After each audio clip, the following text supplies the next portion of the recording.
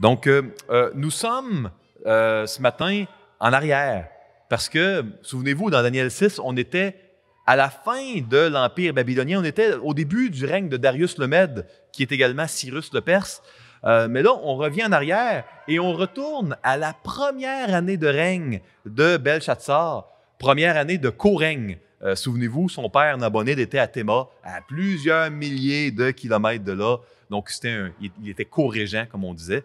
On revient en arrière. Lisons les versets 1 à 3 du chapitre 7. La première année de Belshazzar, roi de Babylone, Daniel eut un songe et des visions de son esprit pendant qu'il était sur sa couche. Ensuite, il écrivit le songe et raconta les principales choses.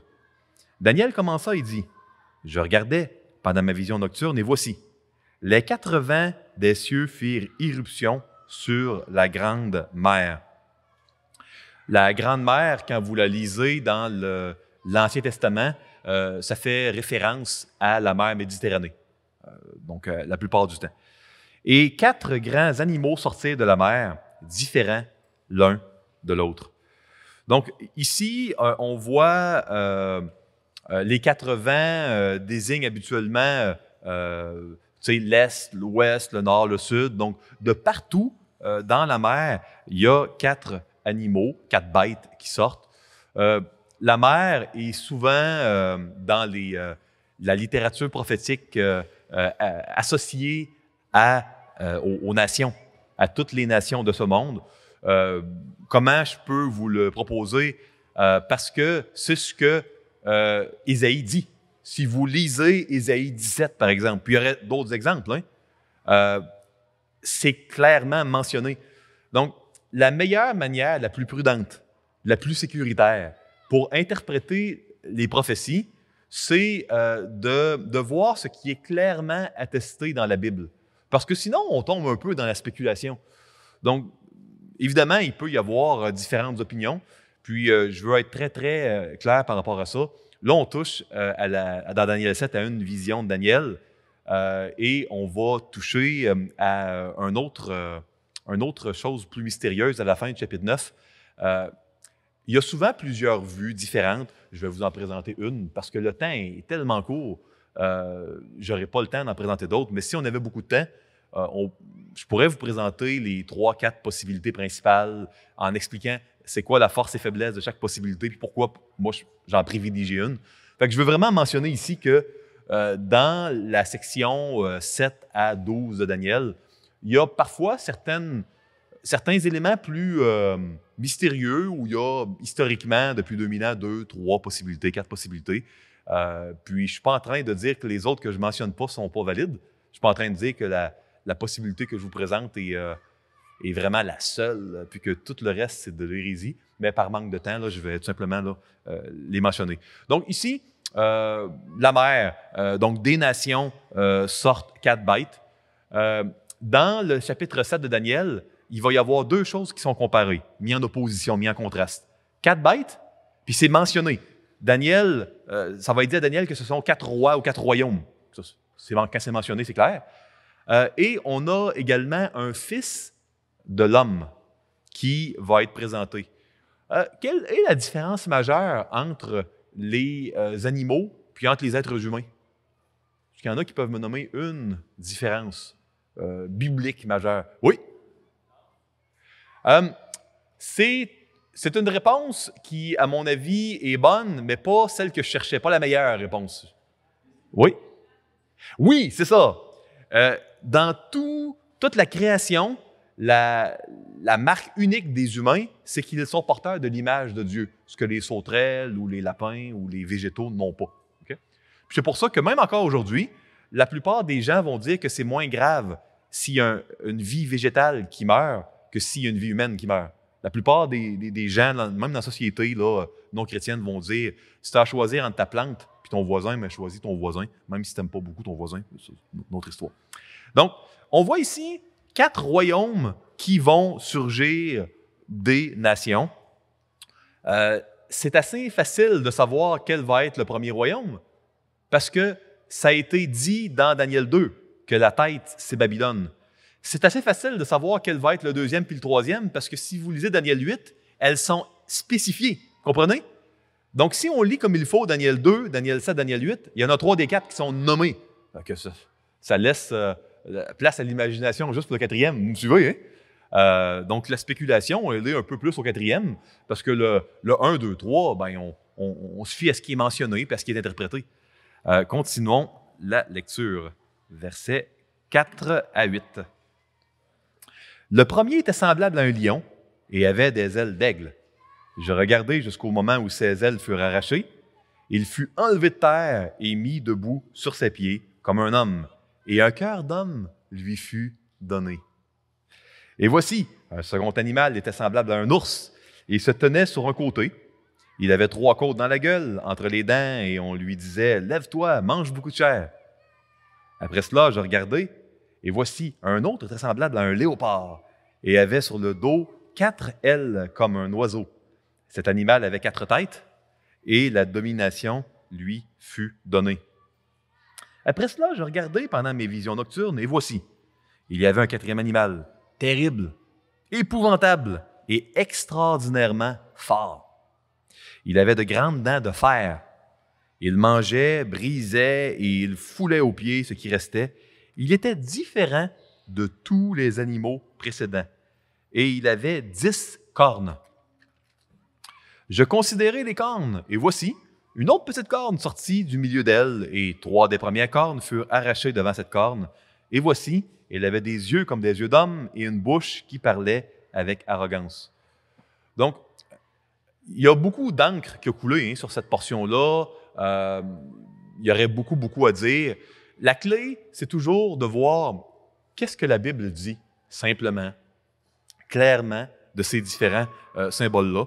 Premièrement, le lion était l'emblème de Babylone. Souvenez-vous, je vous ai dit, la fameuse porte d'Ishtar que Nebuchadnezzar avait fait bâtir, elle était remplie de lions.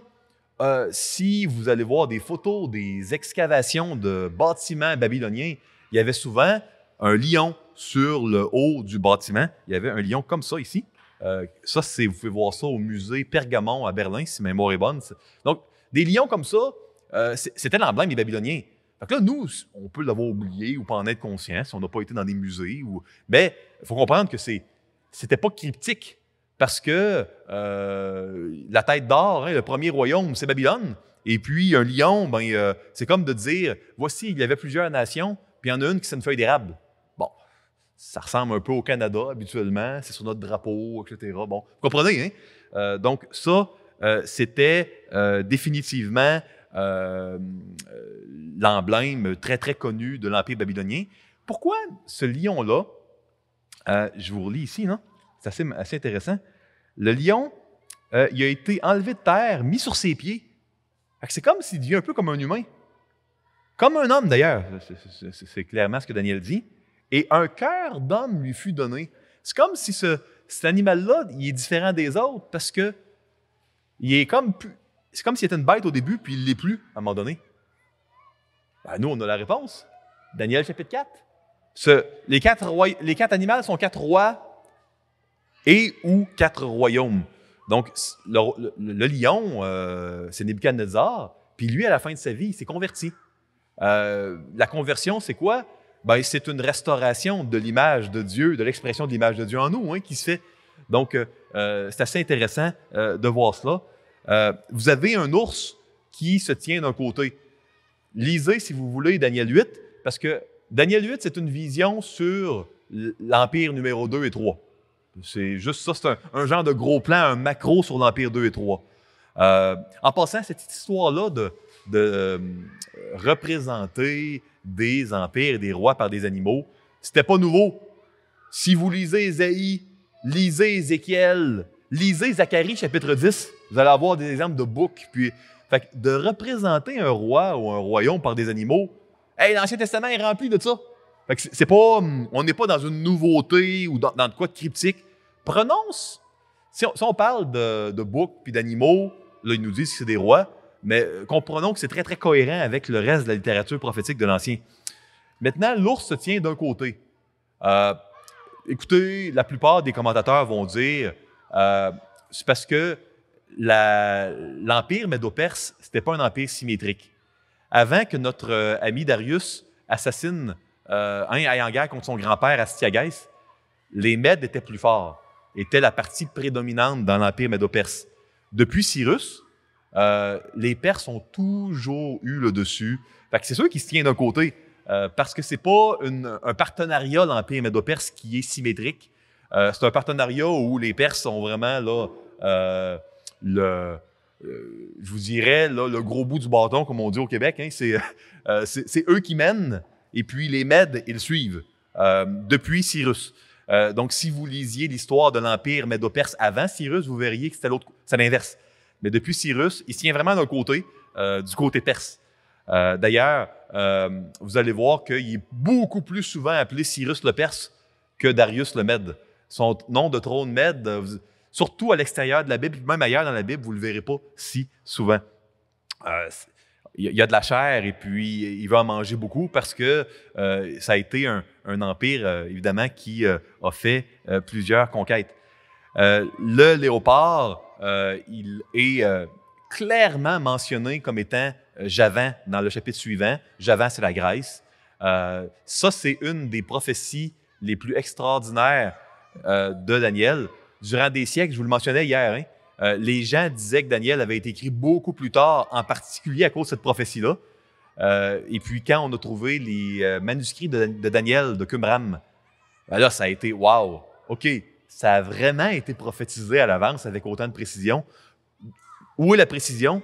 Parce qu'un léopard qui va tellement vite là, que ça touche à peine à terre, puis qu'il a 4 ailes, 4 têtes, Alexandre le Grand a eu un empire qui a été caractérisé par la vitesse. Il a été plus rapide que les Assyriens, plus rapide que Nebuchadnezzar même. Nebuchadnezzar a quand même mis 35 ans pour bâtir son royaume. Plus rapide que les Mèdes et les Perses. Alexandre, avec son armée, en quelques années, a conquis un empire qui était plus grand que Babylone, plus grand que la Syrie, plus grand encore que les Mèdes et les Perses. Il se rendait en Asie. Il couvrait l'Inde. Ça a été extrêmement rapide. Il se déplaçait là, à une vitesse incroyable pour l'époque.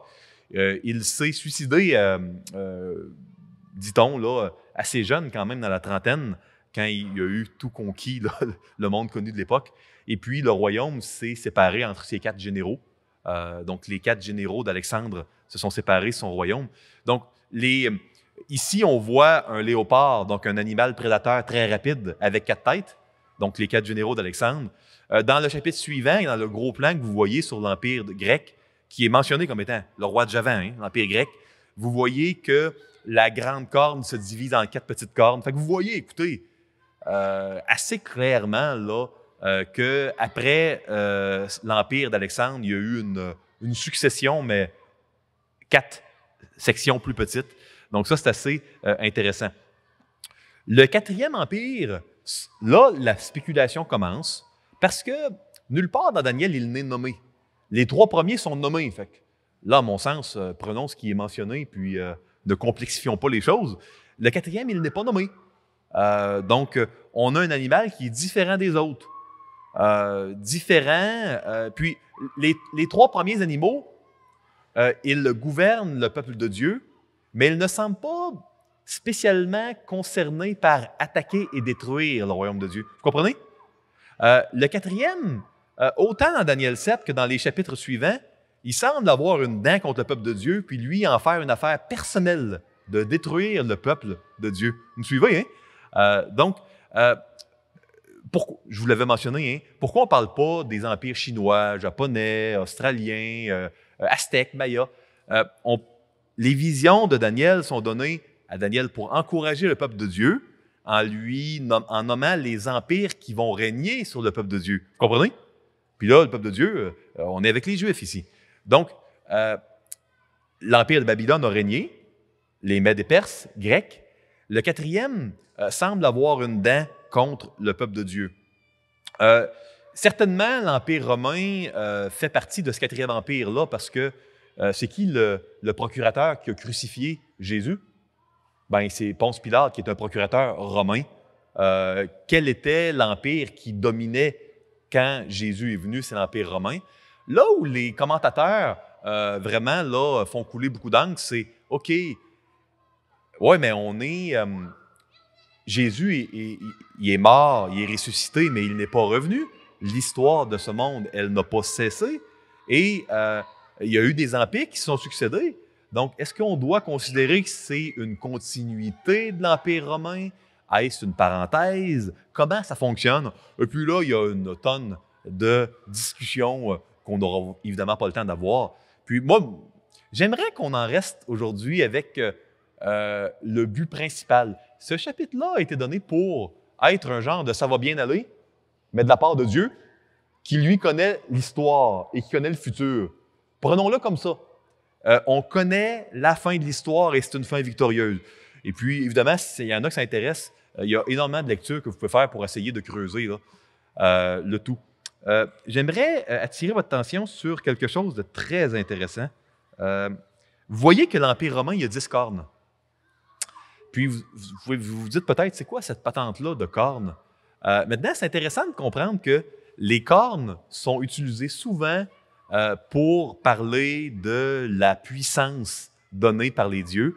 Les zikouras de Babylone, les tours-temples pour atteindre le ciel, étaient souvent couvertes de cornes. Peut-être que vous vous souvenez que Moïse, quand il a descendu du Sinaï, était tellement lumineux qu'il fallait qu'il se mette un voile. Les rayons de lumière, je sais que ce n'est pas traduit nulle part en français ainsi, mais le mot original, c'est keren. C'est le mot hébreu traduit par corne. Donc, si on voulait vraiment... oui, évidemment, les traducteurs ne le traduisent pas par des cornes de lumière qui sortent du visage de Moïse, parce que ça serait vraiment bizarre, ça ne se lirait pas bien. Mais c'est ça, c'est littéralement des cornes de lumière. Donc, juste pour vous mettre un peu dans l'atmosphère un peu de ce mot-là, après le retour d'exil, il y a un prophète qui a écrit un livre qui fait partie du livre des 12, le prophète Zacharie, qui nous parle vraiment de ce sauveur qui va venir sauver du jugement. Au début du livre de Zacharie, vous avez 7 visions nocturnes. C'est des visions qui sont extraordinairement encourageantes et précieuses, qui nous parlent de la rédemption que Jésus allait faire d'une manière percutante. J'aime beaucoup les 7 visions nocturnes de Zacharie. La deuxième vision nocturne de Zacharie, au chapitre 2, nous parle de 4 cornes qui vont être présentes, mais qu'un jour, le Messie, le Messie qui, dans la première vision de Zacharie, est ce cavalier sur un cheval rouge jugement, rouge feu, va envoyer des gens pour couper ces 4 cornes-là. Donc, intéressant de voir là, que cette histoire-là de cornes comme étant une puissance soit de Dieu ou des dieux, dans le cas de Zacharie et de Daniel, une puissance occulte venant là, des faux dieux, ça va être coupé. Que vous lisiez Daniel 7 ou Zacharie chapitre 2, le Fils de l'homme de Daniel 7 ou le cavalier sur le cheval roux, le Seigneur Jésus, qui arrive dans Zacharie 1 comme un cavalier guerrier, puis dans Zacharie 9 sur un âne, sur le petit d'une ânesse, le Messie va avoir la victoire sur les cornes. De la même manière que vous voyez Jésus arriver sur un cheval de guerre dans Zacharie 1, puis dans Zacharie 9 sur un ânesse, un ânon, le petit d'une ânesse, il va arriver d'une manière très symétrique, comme un beau chiasme dans l'Évangile sur un ânon, le petit d'une ânesse. Mais si vous lisez l'Apocalypse, il va être sur un cheval de guerre avec des armées célestes. Donc, on a cheval guerrier, âne, cheval guerrier. On a un casque, certainement, là, qui est intéressant. Mais là, je suis en train de m'éparpiller dans toutes sortes de choses qui sont peut-être intéressantes, mais pas directement dans le passage. Continuons. Donc ici, pourquoi ces 4 nations-là? Pourquoi pas le royaume d'Afrique du Sud? Pourquoi pas les Premières Nations? Parce qu'on est vraiment dans les royaumes, les rois qui ont dominé sur le peuple de Dieu. On veut encourager le peuple de Dieu, pas le royaume d'Afrique du Sud, vous comprenez? Ce n'est pas le but de ce texte-là. Donc, continuons. Versets 9 à 12. 9. Je regardais pendant que l'on plaçait des trônes. J'aimerais attirer votre attention sur le fait que le mot trône est au pluriel. Puis, curieusement, vous allez voir que tout le monde est debout sauf une autre personne. Fait que il n'y aura pas juste, absolument, dans une salle de trône, il y a un trône. Il va y en avoir deux ici. Il y a deux personnages royaux qui vont avoir le droit de s'asseoir, pas juste un. Fait que c'est assez spécial. Il n'y aura pas un trône, il va y avoir des trônes, deux trônes au moins. Donc ici, je regardais pendant que l'on plaçait des trônes, et l'ancien des jours, je vais revenir sur ce personnage-là, s'assit. Son vêtement était blanc comme la neige, et les cheveux de sa tête étaient comme de la laine pure. Son trône était comme des flammes de feu, et les roues comme un feu ardent. Quelles roues? Pourquoi il y a des roues? Je vais y revenir dans un instant. Un fleuve de feu coulait et sortait de devant lui. 1000 milliers le servaient et 10 000 millions se tenaient en sa présence. Les juges s'assirent et les livres furent ouverts. Quels livres? Pourquoi il y a des livres? On va revenir là-dessus aussi. Verset 11. Je regardais alors à cause des paroles arrogantes que prononçait la corne. Et tandis que je regardais, l'animal fut tué. Et son corps fut anéanti et livré au feu pour être brûlé. Les autres animaux, ils sont encore là, on aurait pensé qu'ils ne sont plus là, furent dépouillés de leur puissance, mais une prolongation de vie leur fut donnée jusqu'à un certain temps. Juste pour être certain, excusez-moi, on m'enlève une horloge puis je suis tout décontenancé. Jusqu'à quelle heure, Stéphane ou quelqu'un, avais-je? Pardon? Et 50, merci. Parfait, on va respecter ça. Donc, voici. Premièrement, je veux attirer votre attention là, sur l'ancien des jours. L'ancien de quel jour? On a un contexte de création. On a la grande mer. Qu'est-ce qui s'est passé à la création? Il y avait des eaux et les eaux ont été séparées afin que le sec paraisse. Puis à chaque contexte de nouvelle création, il y a toujours des eaux qui se séparent dans la Bible. Donc, il y a une nouvelle étape de rédemption avec le déluge. Les eaux arrivent, les eaux se séparent. On libère les enfants d'Israël d'Égypte. Les eaux se séparent, puis ils reviennent sur Pharaon et puis son armée. Dans Josué, chapitres 2 et 3, qu'est-ce qui se passe? On en parle, je pense, une vingtaine de fois dans Josué, du passage Jourdain. Les eaux vont s'écarter quand? Ils s'écartent quand l'Arche de l'Alliance, qui a la présence de Dieu, est dans le Jourdain. Quand le Dieu Tout-Puissant arrive, les eaux s'écartent. Donc, on va avoir ça à différents endroits. Et puis, à la fin de l'histoire de l'humanité, vous remarquerez un détail très intéressant dans l'Apocalypse. Il n'y aura plus de mer. Il va y avoir de l'eau. Il y a le fleuve avec l'eau de la vie, tout ça, mais il n'y aura plus de mer. Donc ça va être terminé. Il n'y aura plus de péché, il n'y aura plus de nuit, il n'y aura plus de mer. C'est intéressant de voir qu'est-ce qui ne sera plus là à la fin des temps. Donc ici, on voit vraiment au verset 9 que l'ancien des jours, c'est Dieu le Père. L'ancien, c'est celui qui était là au jour de la création. C'est la source et l'origine du temps, l'ancien des jours. On voit son vêtement blanc, la pureté. On voit qu'il ressemble à un humain. C'est normal, parce que les humains ont été créés à l'image de Dieu. Donc, c'est normal qu'il ressemble à un humain. On voit un fleuve de feu qui sort et on a l'aspect ici de roue. Puis, on peut se demander, c'est quoi cette histoire-là de roue? Il faut vraiment lire le livre d'Ézéchiel pour le savoir. Ézéchiel a été écrit, c'était un prêtre début trentaine, il y a eu des visions là, au début de l'exil. Quand les Juifs ont été chassés de Babylone et puis que le temple a été détruit, il y a un message d'encouragement que Dieu a donné par Ézéchiel. Ézéchiel a vu la gloire de Dieu sortir du temple, mais Dieu a dit, « Elle va vous suivre en exil. » La gloire de Dieu, elle ne sera pas limitée au temple. Elle va vous suivre, elle va être avec vous au milieu de votre châtiment en exil. Et puis, vous avez au début d'Ézéchiel, Ézéchiel chapitre 1, constamment l'histoire de roues. Les roues, c'était quoi dans l'Ancien Monde? C'était mobile. Donc, si tu as des roues, là, puis que tu as quatre faces, tu as une face d'un bord, puis de chaque côté, puis en arrière, ça veut dire que la gloire de Dieu, elle est mobile. Elle n'a même pas besoin de se tourner de bord. Elle va suivre ses enfants, même au milieu de l'endroit le plus sombre et le plus ténébreux, même au milieu du plus profond du châtiment, la gloire de Dieu va suivre. La gloire Shekinah, la gloire issue de la présence de Dieu.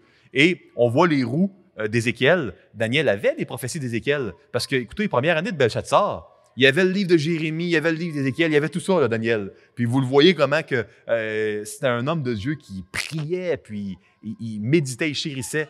Fait que lui, il a su c'était quoi les roues. Il a dit « Hey, c'est la gloire de Dieu. C'est la même gloire de Dieu qui était présente dans le temple de Salomon puis qui suit le peuple en exil. Wow! Elle suit. Puis elle nous suit. De la même manière que le tabernacle dans le désert, il était mobile. Puis il se déplaçait avec le peuple. Ou que la gloire du temple de Salomon suivait le peuple en exil. Dieu, on est son temple. On est des pierres vivantes. On est le tabernacle mobile. On est le temple mobile dont Dieu est la tête, dont il est la pierre angulaire. Et la présence de Dieu nous suit dans les endroits les plus sombres, même de nos propres péchés. Et elle nous délivre du jugement. Continuons. Au verset 11, donc au verset 10, on voit ici des livres qui sont ouverts. Il y avait souvent des livres qui donnaient un recensement des membres d'une communauté dans l'ancienne Mésopotamie. Et puis, il y a des livres ici. Les membres du peuple des nations, les membres du peuple de Dieu, leur nom est écrit dans le livre. Hein. Ces livres qui existaient déjà dans les communautés là, de l'ancienne Mésopotamie. Donc, les animaux vont être dépouillés de leur puissance devant l'Ancien des jours, mais ils sont encore vivants. Fait qu'au moment où les royaumes vont perdre leur puissance, au profit du royaume de Dieu, ça ne sera pas encore la fin. Ben, ça, c'est parfait. Ça s'accorde bien avec ce qu'on vit. Hein? Parce que, êtes-vous d'accord avec moi que la victoire de Christ à la croix a été totale? Il a vaincu la mort elle-même. Êtes-vous d'accord avec ces paroles-là de la Bible? Vous êtes d'accord avec la Bible? Oui. La mort a été vaincue à la croix? Super. Ben, ça veut dire que c'est bon signe que les royaumes ils subsistent encore, même si la victoire a été complète. Ça nous dit, ah, OK, c'est bon signe. On n'a pas à s'inquiéter que Jésus ne soit pas revenu une deuxième fois puis que les royaumes subsistent, même si la victoire était complète. C'est mentionné. Parfait. Continuons. Bon, on voit les fleuves ici, tous les gens qui le servent et qui sont devant lui. Maintenant, allons dans les versets 13 à 15. Je regardais pendant mes visions nocturnes, et voici, sur les nuées des cieux arriva quelqu'un de semblable à un fils de l'homme, littéralement un fils d'Adam. On a un premier Adam qui a fait rentrer le péché dans le monde, mais il y a un deuxième Adam qui, lui, va amener la rédemption. On a un fils de l'homme, un fils d'Adam. Il s'avança vers l'Ancien des jours et on le fit approcher de lui. C'est qui ça, cet homme-là? Hein, c'est le même, ça dénote l'humanité de la personne. Hein? On lui donna la domination, oh, c'est important, la gloire et le règne, et tous les peuples, les nations et les hommes de toute langue le servirent. Sa domination est une domination éternelle, qui ne passera point et son règne ne sera jamais détruit. Écoutez, un homme qui va régner éternellement sur tout l'univers, sans qu'il n'y ait jamais de fin. Il n'y a pas bien d'autres alternatives possibles, je pense, que Jésus-Christ. On est d'accord? Parfait, continuons. Moi, Daniel, j'eus l'esprit troublé au-dedans de moi et les visions de ma tête m'effrayèrent. C'est compréhensible. Si on voyait ça, nous aussi, on serait très effrayés. J'en suis certain. Si on voit l'Ancien des jours, puis les animaux, puis les cornes, avec les fleuves de feu, certainement, là, peut-être que même les jointures de nos reins vont se relâcher, nous aussi, qui sait. Donc, continuons. J'avance pour arriver à la fin. Donc, oui, comment on est certain aussi que c'est Jésus? Parce qu'il y a juste Yahweh dans tout l'Ancien Testament qui conduit sur les nuées du Sinaï. Il n'y a pas personne d'autre. Hein? Mon ami Luke m'a fait remarquer de quoi de très intéressant. Vous savez, dans la transfiguration, normalement, dans l'Exode, les enfants d'Israël ne peuvent pas rentrer dans la nuée. Mais dans la transfiguration, parce que Jésus est présent, Pierre, Jacques et Jean peuvent entrer dans la nuée. Puis j'ai trouvé ça vraiment cool, ce petit détail-là. Mais ça n'a pas un rapport direct, excusez-moi. Continuons là. Donc, deux passages du Nouveau Testament. Alors, le signe du Fils de l'homme paraîtra dans le ciel. Jésus, il réfère toujours à lui avec le Fils de l'homme. Comprenez-vous l'éclairage incroyable que ce texte-là de Daniel 7 nous donne sur les évangiles? Ça nous encourage en nous disant la fin, mais ça nous donne un éclairage. Ce fameux Fils de l'homme qui réfère tout le temps, ben c'est lui là, qu'on voit, là, à qui c'est le roi du royaume éternel. Et puis, le royaume des cieux, qui est comme un grain de moutarde, grain de sénévé, puis etc., puis le royaume n'est pas de ce monde. Jésus parle tout le temps du royaume des cieux. Ben, c'est ce royaume-là de Daniel qui va supplanter tous les autres. Remarquez l'éclairage qu'on a dans Daniel 7 par rapport aux évangiles. Donc, alors le signe du Fils de l'homme paraîtra dans le ciel. Toutes les tribus de la terre se lamenteront et elles verront le Fils de l'homme venant sur les nuées du ciel. Il y a juste Yahweh qui fait ça. Et Jésus, c'est Yahweh. Avec puissance et une grande gloire. Matthieu 26. Vous savez que la Pâque a lieu dans 2 jours et que le Fils de l'homme sera livré pour être crucifié. Alors, les principaux sacrificateurs et les anciens du peuple se réunirent dans la cour du souverain sacrificateur appelé Caïphe et ils délibérèrent sur les moyens d'arrêter Jésus par ruse et de le faire mourir. Je pourrais citer Marc 14, quand le souverain sacrificateur a demandé à Jésus, finalement, il était le Messie. Il a été plus loin, il a dit « Vous verrez le Fils de l'homme sur les nuées ». Là, les fils sont touchés parce que le Fils de l'homme, là, sur les nuées, là, les Juifs savaient c'était qui. Ils connaissaient Daniel 7. Ils connaissaient probablement bien mieux que nous les Écritures, puis ils savaient que c'était le roi éternel qui serait assis avec l'Ancien des jours sur un trône. Continuons. Verset 16. Je m'approchai de l'un de ceux qui étaient là et je lui demandai ce qu'il y avait de vrai dans toutes ces choses. Il me le dit et m'a donné l'explication. Ces 4 grands animaux, ce sont 4 rois qui s'élèveront de la terre. Donc, c'est clair, hein, il dit.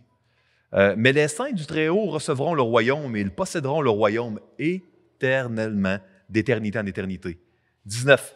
Ensuite, je désirais savoir la vérité sur le 4e animal qui était différent de tous les autres, extrêmement terrible, qui avait des dents de fer et des ongles d'airain. Airain, c'est le bronze, hein, je vous l'ai dit, qui mangeait, brisait et foulait aux pieds ce qui restait.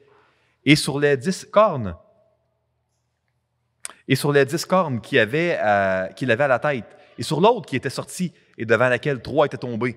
Sur cette corne qui avait des yeux, une bouche qui parlait avec arrogance et une plus grande apparence que les autres. Les yeux, dans le fond, on a d'autres références dans la littérature prophétique que je n'aurai pas le temps de citer, mais ils ont l'information très bien, hein, parce que quand tu as des yeux, tu vois l'information.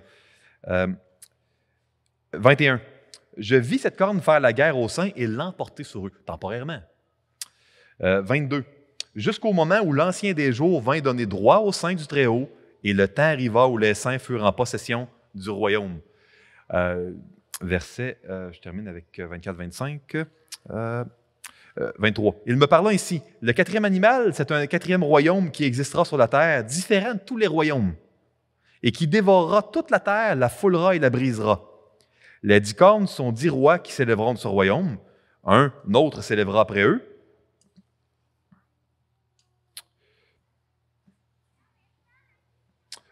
Il sera différent des premiers et il abaissera 3 rois.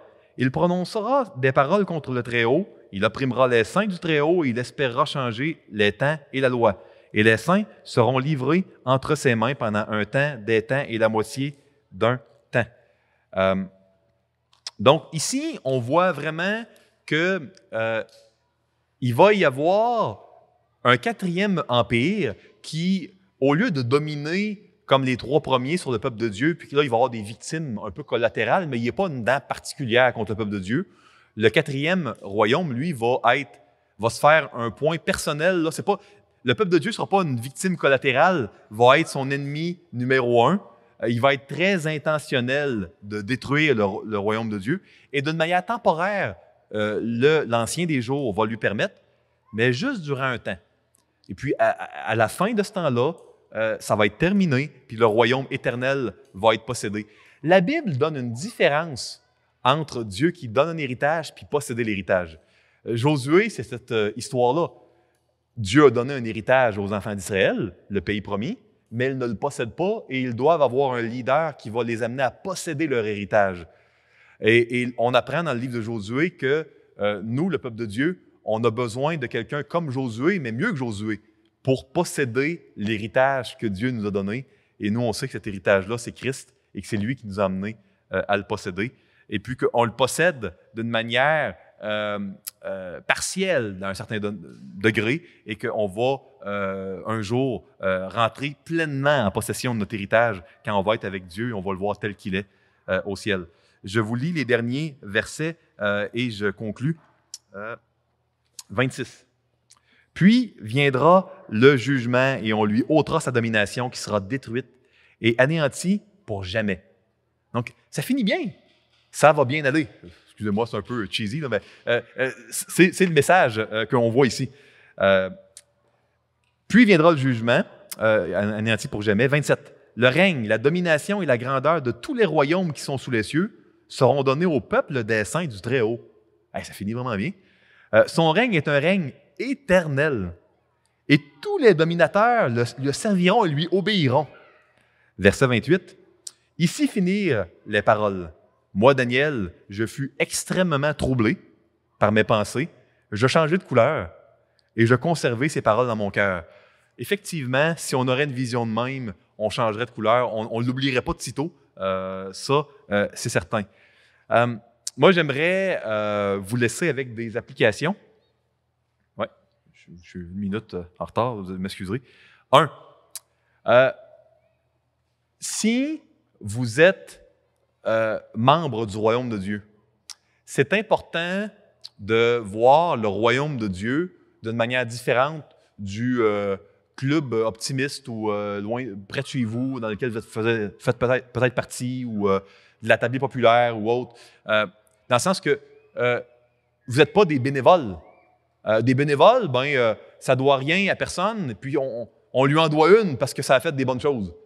Maintenant, quand on est la propriété du roi, alors, si vous êtes dans le royaume, ça veut dire que vous êtes la propriété d'un roi. Sinon, vous n'êtes pas dans le royaume, vous comprenez? C'est à vous de choisir. Si vous êtes la propriété du roi, à ce moment-là, le roi ne vous en doit pas une. C'est vous qui lui devez tout. Et puis, c'est important de s'en rappeler. Je retape encore sur le clou. On mérite tous et toutes l'enfer éternel. C'est une grâce inespérée que de faire partie du royaume de Dieu, puis de ne plus être sous la condamnation. Et puis, le royaume de Dieu, puis là, on est en train de prendre possession graduellement sur terre, puis ça va être seulement accompli après cette vie ici-bas, la possession de notre héritage. Le royaume de Dieu, c'est un roi, c'est Jésus. C'est le Fils de l'homme qui a été conduit sur les nuées pour s'asseoir avec l'Ancien des jours sur le trône. C'est notre roi, puis on doit s'en rappeler pour les chrétiens ici, dans la manière dont on va gérer les choses. On donnait un tribut à un roi comme acte de soumission. C'était de l'argent. C'est de même qu'on doit voir notre offrande. On le servait parce qu'on lui appartenait et on cherchait, notre vie était dédiée à chercher à faire sa volonté. C'est ainsi qu'on doit entrevoir notre vie ici-bas, dans l'Alliance, en exil. Qui allez-vous célébrer à Noël cette année? On est dans une société où Noël est devenu une fête commerciale, une fête de famille. On souhaite joyeuses fêtes au lieu de joyeux Noël, on ne voudrait pas offenser. Puis, c'est important que, sans dire qu'on veut offenser les autres qui ne sont pas chrétiens, que nous, comme chrétiens, on fête notre roi. Notre roi qui est venu, qui va revenir, qui nous a pris dans son royaume et qui va régner éternellement sur tout l'univers. Cette semaine, il faut se souvenir qui est notre roi dans la vie de tous les jours. Ça passe par la prière. Et puis, dans les moments de confusion et de vide, où on oublie qui on est, on oublie notre identité réelle, on doit se rappeler que ce roi-là, le Fils de l'homme qui est venu sur les nuages, il nous a donné son identité en s'unissant à nous.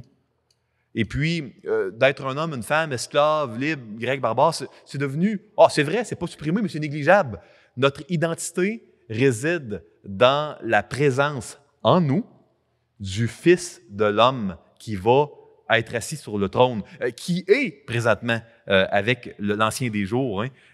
Il a acquis la victoire. Son nom a été souverainement élevé au-dessus de tout nom après qu'il n'ait pas regardé son égalité avec Dieu comme une proie arrachée. Donc, je termine par un petit mot de prière et demain, si Dieu le permet, on va pouvoir étudier la prière. Je ferai un résumé de Daniel 8 et on étudiera Daniel 9. Seigneur Dieu, merci. Merci Seigneur Jésus parce que tu es assis avec l'Ancien des jours. Merci de nous avoir aimés au point d'avoir voulu te descendre aussi bas qu'au plus profond de nos péchés et de notre condamnation. Merci parce que c'est pas juste, Seigneur, nos péchés qui sont effacés à la croix. Tu nous as donné ta perfection, ta pureté, ta gloire. Tu nous as donné ton identité, Seigneur, une nouvelle identité. Seigneur, je te prie de nous aider à nous en rappeler, Puis s'il y a des gens ici qui n'ont pas accepté cette invitation d'entrer dans ton royaume, ma prière, c'est qu'ils puissent mettre leur foi en toi et puis rentrer dans ton royaume. Parce que tous les royaumes de ce monde vont passer. Ne possède pas l'image de Dieu, ce sont des bêtes, mais ton royaume éternel, lui, ne passera jamais. Oui, Seigneur, s'il y a des gens qui ne t'ont jamais donné leur vie, ma prière, c'est qu'ils puissent s'engager publiquement pour toi cette semaine, puis te mettre leur foi en toi. Dans le nom de Jésus, je te prie. Amen.